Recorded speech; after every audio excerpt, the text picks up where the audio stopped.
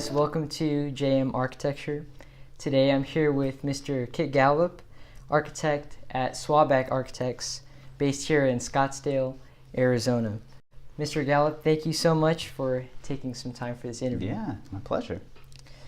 So let's start from the beginning. Where were you born? I was born in Bozeman, Montana. Bozeman, Montana. Yes. And so your parents, what did they do for work? Yeah, my father is an architect, and Really? yeah, not a coincidence in some respects. And I was born in Bozeman, Montana, because my father was in school for architecture out there at Montana State, and yeah, I was the first of two children, and I don't even know what Montana looks like because they moved when I was 1 years old to Vermont, which is where I grew up, and was first exposed to architecture. And there's some nice parallels, I'm told, between kind of Montana as a kind of naturally ruggedly beautiful state. Vermont's definitely like that, and I feel fortunate that I grew up in a naturally beautiful environment because it definitely influences my work now. So at what point would you say you became interested in architecture? Maybe you said, this is something that I want to do. Obviously, my father, the fact that was his profession, and that I respected him and was intrigued by what he did all day. But I would say I've just always kind of gravitated towards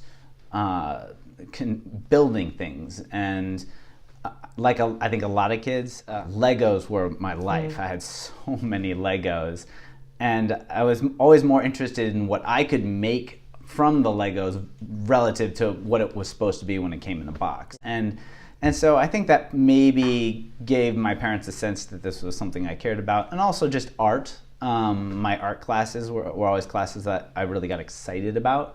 And so I knew that those were both interests of mine, and architecture is a really nice blend of kind of artistry but also being pragmatic and wanting there to be a finished product that affects people positively. Yeah. So I remember when I was, I think my first job was just as a stock boy in a local grocery store, and it was just kind of a good first job. Yeah. But after 2 summers of doing that, I was really ready to do something that used my mind. And my mother went to my father, and she's like, you gotta get him an internship. He really wants to do it, and he begrudgingly did it because he did not want me to be an architect.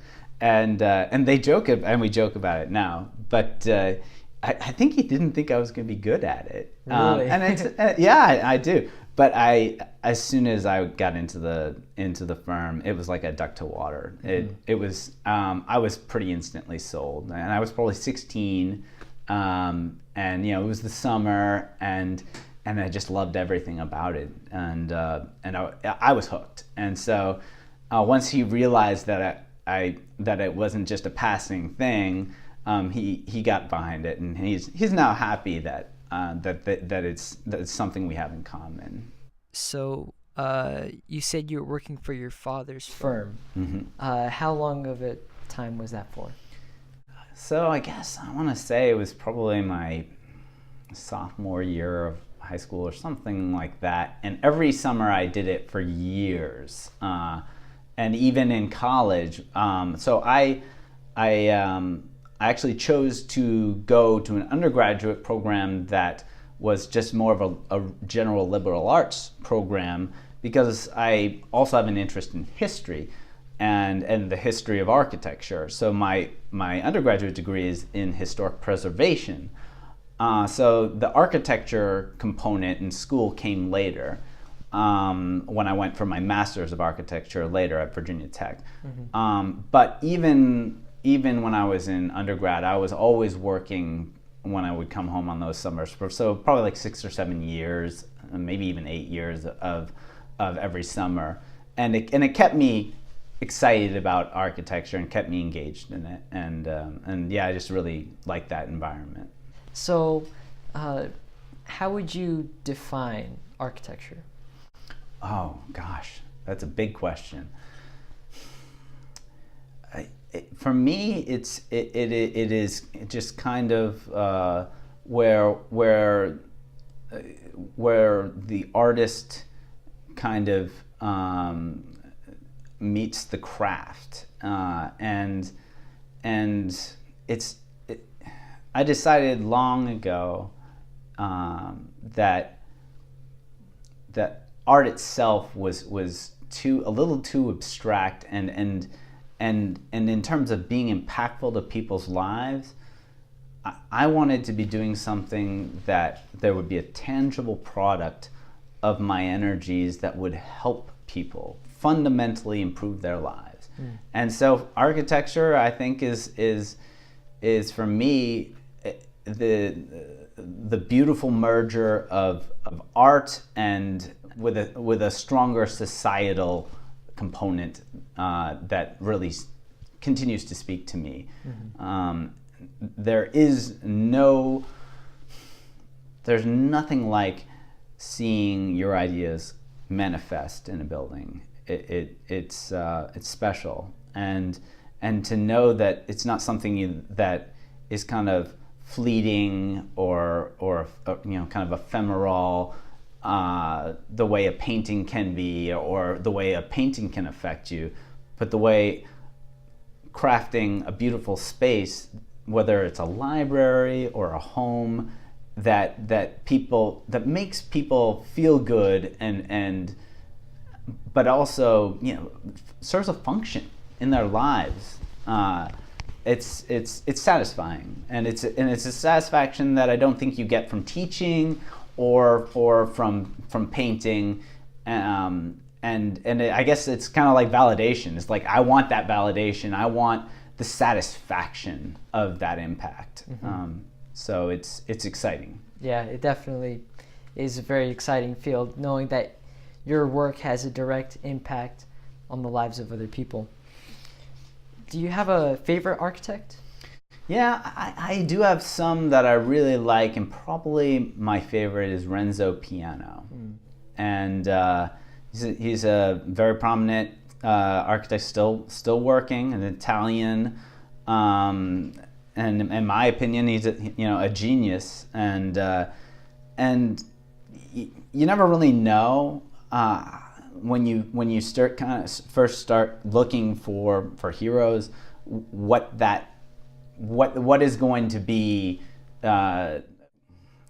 what values do they have that are going to speak to you? It's organic. It's just natural, and I've studied a lot of his buildings, and I've been in some of his buildings, and they are inspirational to me, and I definitely that's a well that I return to again and again in terms of his approach to design and his thought process, and just because you can almost reverse engineer a lot of great design to get to the kind of fundamentals and the transcending concepts.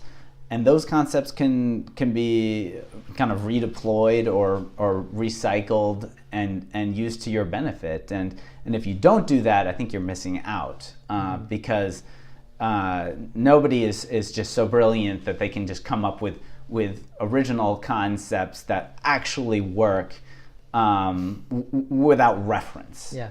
Everything is referential. Yeah. Would you say specifically about Renzo Piano's work that you like, that interests you? Well, I think that he really does an excellent job of embracing the technologies that are out there and looking for utilizing new materials and those new technologies, but not doing in a way that is just like, well, I have a new toy, so I'm going to use a new toy. he manages to let the kind of the primary forms that he uses. I see parallels between those forms and Palladia, and even Frank Lloyd Wright. You can see the overlap there are good design. I think is fundamentally transcends style. So I could say that his style speaks to me, but what does that even mean? What speaks to me about his work is the way he utilizes forms to kind of to maximize natural light. He's the best with natural light. He has a very famous art museum in Dallas where the roof is made up of these kind of almost sculpted fins that filter the light beautifully and allow you to enjoy art with natural lighting without letting the detrimental aspects of light fade the work. Yeah. So he understands light and he controls it and he amplifies it to maximum effect. So his use of light is definitely an element that I appreciate. Mm-hmm. And so would you say that you try to implement some of his ideas, or like we were talking about, some of his style, I guess you could say, in your own work? Absolutely. And of all the places I've worked, I would say Arizona in particularly, the sun is such a force, and a lot of his buildings have very significant overhangs to provide shade. And then perforations in those roofs where it makes sense for maximum effect or to kind of featureize some space. And I think that's absolutely something that I look to do here. And it's not like it's only my idea. You can look around this room and see significant roof overhangs, low flat roofs or shed roofs that are providing some relief from the Arizona sun, but also framing views out to the mountains and letting you enjoy the vistas that any site can afford, but in a very kind of controlled and choreographed way.